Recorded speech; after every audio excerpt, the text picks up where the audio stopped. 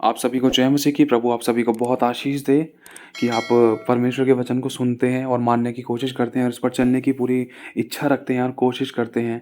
प्रभु का अनुग्रह आप पर बहुत आयत से हो। और इसी के साथ साथ हम ये आशा भी रखते हैं कि जो वचन जो रिकॉर्डिंग्स आप लोगों के लिए की जाती है, आप इसको सुनने की पूरी कोशिश करते हैं, क्योंकि इसमें आत्मिक उन्नति है आपकी, और इसमें आप ही का फ़ायदा है, और इसमें आप ही की आत्मा का विकास होगा। क्योंकि आपको नीति वचन के द्वारा बुद्धि, ज्ञान और समझ की बातें सीखने और सुनने के लिए मिलेंगी, और उन पर आप चल भी पाओगे। प्रभु का आत्मा आपसे बात भी करेगा, आप चुनाव भी कर पाओगे। और इसी के साथ साथ जिन लोगों के पास समय ज़्यादा नहीं होता, जो बिजनेसमैन है, वो फ़ोन में भी पढ़ने की पूरी कोशिश करें 10 से 15 मिनट। लेकिन अगर आपके पास समय है तो इसको भी सुनने की पूरी कोशिश करें, या फिर अपने घर पे पवित्र बाइबल का नीति वचन एक एक अध्याय तारीख के हिसाब से पढ़ना शुरू करें। तो आइए अब हम वचन में चलते हैं। आज तारीख है 30, नीति वचन 30 अध्याय और पहली आयत से। याके के पुत्र आगूर के प्रभावशाली वचन। उस पुरुष ने इतैल और उकाइल से यह कहा कि निश्चय मैं पशु सरीखा हूँ, वरन मनुष्य कहलाने के योग्य भी नहीं, और मनुष्य की समझ मुझ में नहीं है। ना मैंने तो बुद्धि प्राप्त की है, और ना मुझे परम पवित्र का ज्ञान मुझे मिला। कौन स्वर्ग पर चढ़कर फिर उतर आया? किसने वायु को अपनी मुट्ठी में बटोर रखा है? किसने महासागर को अपने वस्त्र में बांध लिया है? किसने पृथ्वी के सिवानों को ठहराया है? उसका नाम क्या है? उसके पुत्र का नाम क्या है? यदि तू जानता हो तो बता। ये बात कही गई है यीशु मसीह और परमेश्वर के बारे में। ईश्वर का एक एक वचन ताया हुआ है, वह अपने शरणागतों की ढाल ठहरा है। उसके वचनों में ना तो कुछ बढ़ा और ना तो कुछ घटा। कहीं ऐसा ना हो कि वह तुझे डांटे और तू झूठा ठहरे। मैंने तुझसे 2 वर मांगे हैं, इसलिए मरने से पहले उन्हें मुझे देने से मुंह ना मोड़। अर्थात व्यर्थ और झूठी बातें मुझसे दूर रख। मुझे ना तो निर्धन कर और ना धनी बना। प्रतिदिन की रोटी मुझे खिलाया कर। ऐसा ना हो कि जब मेरा पेट भर जाए तब मैं इनकार करके कहूँ कि यहोवा कौन है, या फिर अपना भाग खोकर मैं चोरी करूँ, और या फिर अपने परमेश्वर का नाम मैं गलत रीति से लूँ। किसी दास के उसके स्वामी से चुगली ना करना। ऐसा ना हो कि वह तुझे श्राप दे और तू दोषी ठहराया जाए।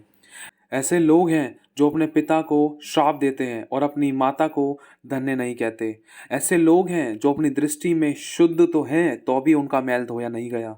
एक पीढ़ी के लोग ऐसे हैं, उनकी दृष्टि क्या ही घमंड से भरी रहती है, और उनकी आंखें कैसी चढ़ी हुई रहती हैं। एक पीढ़ी के लोग ऐसे हैं जिनके दांत तलवार और उनकी दाढ़ें छुरियां हैं। छुरियों की तरह, मतलब तलवार पैनी छुरियों की तरह जो आर पार कर देती है, जिनसे वे दीन लोगों को पृथ्वी पर से और दरिद्रों को मनुष्यों में से मिटा डालते हैं। लिखा है 15वीं आयत में, जैसे जोक की 2 बेटियां होती हैं जो कहती हैं दे दे, वैसे ही 3 वस्तुएं हैं जो तृप्त नहीं होती, वरन 4 हैं जो कभी नहीं कहती बस।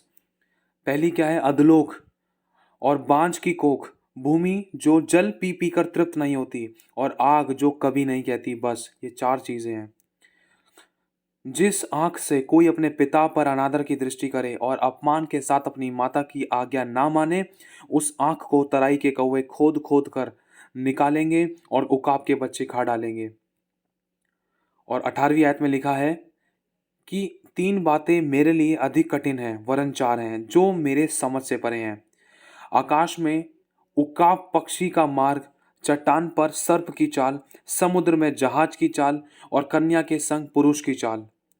व्यभिचारिणी की चाल भी वैसे ही होती है।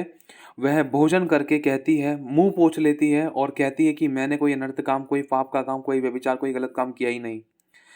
3 बातों के कारण पृथ्वी कांपती है, वरन 4 हैं जो उससे सही नहीं जाती।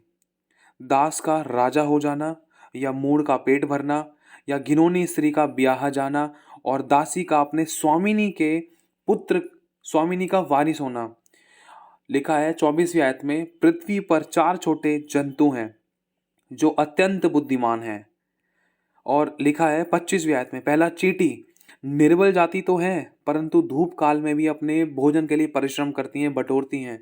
और 26वीं आयत में लिखा है, शापान। बली जाति नहीं, तो भी उनकी मांदें पहाड़ों पर रहती हैं। और 27वीं आयत में, टिड्डी। टिड्डियों के राजा तो नहीं होते, तो भी वे सब के सब एक मन एक आत्मा होकर दल बांध बांध कर आज्ञा का पालन करती हैं, पलायन करती हैं, उड़ती हैं। और 28वीं आयत में लिखा है, छिपकली। हाथों से पकड़ी तो जाती है, तो भी वो राजभवनों में रहती है। और 3 सुंदर चलने वाले प्राणी हैं, वरन 4 हैं जिनकी चाल सुंदर है। लिखा है 30वीं आयत में, सिंह पहला मतलब शेर, जो सब पशुओं में पराक्रमी है, सामर्थी और ताकतवर है और किसी से नहीं डरता, किसी के डर से भी नहीं हटता। और दूसरा है शिकारी कुत्ता और बकरा और अपनी सेना समेत राजा। यदि तूने अपनी बड़ाई करने की कोई मूर्ता की व कोई बुरी युक्ति बांधी हो, तो अपने मुंह पर हाथ रख। हाथ रख मतलब कई बार प्रभु कहता है, जैसे कि अगर हम कई बार अपने मुंह से अपनी बड़ाई करते हैं, तो वो एक तरीके से मूर्ता वाला काम करते हैं और वो एक तरीके से बुरी युक्ति होती है, जिसके कारण मनुष्य अपनी अच्छी भली इज्जत को बेकार कर लेता है या घमंड को उत्पन्न करने के कारण अच्छे भले लेवल को खो देता है। और 33वीं आयत में लिखा है, क्योंकि जैसे दूध के मथने से मक्खन और नाक के मरोड़ने से लहू निकलता है, वैसे ही क्रोध के भड़कने से झगड़ा उत्पन्न होता है। तो प्रभु आशीष दे सभी को। जय मसीह की।